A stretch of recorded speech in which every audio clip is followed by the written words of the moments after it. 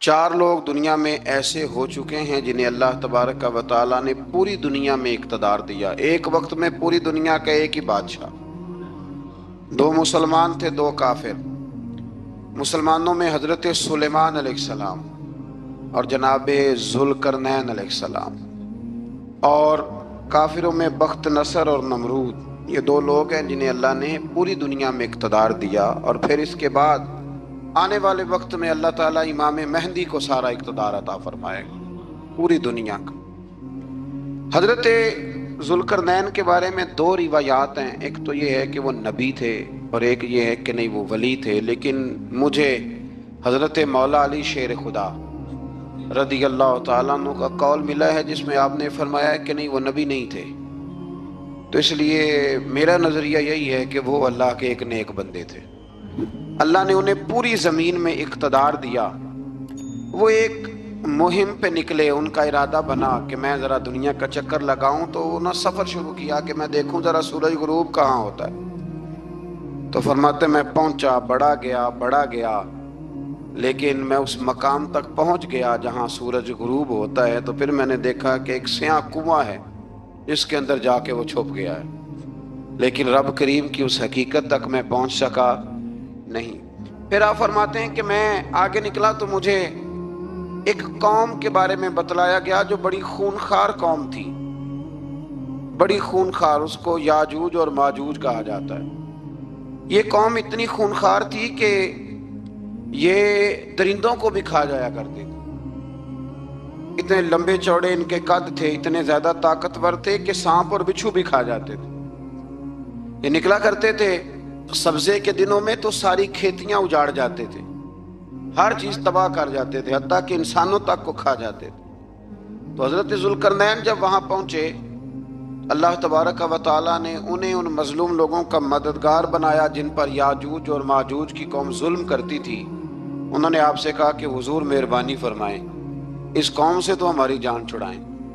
آپ نے فرمایا تم میری مدد کرو۔ انہوں نے کہا حضور کس طرح؟ فرمایا بس جسمانی طور پر میری مدد کرو۔ تو آپ نے پھر وہاں ایک دیوار بنائی، ایک دیوار لوہا کاٹ کر، سیسا پگھلا کر، پتھر ڈال کر ایک بڑی موٹی تازی دیوار بنائی، اور اتنی اونچی بنائی، اور پھر اس کے چاروں جانب آگ جلائی تاکہ وہ لوہا اس طرح پگھل جائے کہ وہ دیواروں کے ساتھ چپک جائے، تاکہ کوئی آدمی پیر رکھنا چاہے تو پیر رکھ کے اس پہ چڑھ نہ سکے۔ آپ نے وہ دیوار بنائی۔ اب اس قوم کا حال یہ ہوا کہ وہ اس کے اندر قید ہیں، وہ صبح جب اٹھتے ہیں تو اس کو توڑنا شروع کرتے ہیں، توڑتے رہتے ہیں، تو جب شام ہوتی ہے تو ان میں سے ہر روز ایک شخص کہتا ہے اتنی رہنے دو، باقی کل کریں گے۔ لیکن جب وہ سویرے اٹھتے ہیں تو اللہ تعالیٰ اس دیوار کو پھر سے مضبوط فرما دیتا ہے۔ نبی کریم علیہ السلام نے فرمایا قرب قیامت میں ایک وقت آئے گا، قیامت کے قریب جا کے ایک ٹائم ایسا آئے گا کہ اس مخلوق میں سے ہی ایک شخص پکارے گا اور پکار کے کہے گا کہ اب سو جاؤ انشاءاللہ۔ اللہ ان کی زبان پہ جاری کہے گا اب سو جاؤ اور سویرے انشاءاللہ یہیں سے شروع کریں گے۔ تو فرمایا وہ چونکہ انشاءاللہ کہیں گے تو پھر اللہ تبارک و تعالی اگلے دن اس دیوار کو وہیں پہ رکھے گا جہاں رات کو انہوں نے اسے چھوڑا تھا۔ اگلے دن وہ توڑیں گے تو دیوار ساری ٹوٹ جائے گی، اور پھر اللہ تبارک و تعالیٰ کا فضل ہوگا تو مسلمان کی طرف وہ بڑھیں گے، وہ قتل و غارت کریں گے، پھر سے وہی درندگی کریں گے۔ تو پھر حضرت عیسیٰ علیہ السلام ان کے لیے دعا کریں گے، تو دعا کا یہ حال ہوگا کہ ان کے وجود پر کچھ ایسی چیزیں برآمد ہوں گی جن کی وجہ سے وہ مر جائیں گے، ختم کر دیے جائیں گے، قیامت کے قریب جا کے وہ دوبارہ آئیں گے۔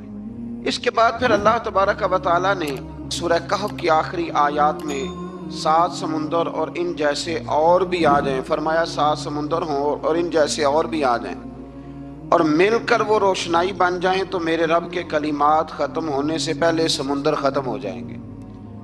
اور آخری آیت میں اللہ تعالیٰ نے فرمایا کہ اے رسول صلی اللہ تعالی علیہ وسلم آپ کہہ دیجئے کہ میں تمہاری طرح ہی ایک بشر ہوں، انا بشر مثلکم، میں بھی تمہاری طرح ایک۔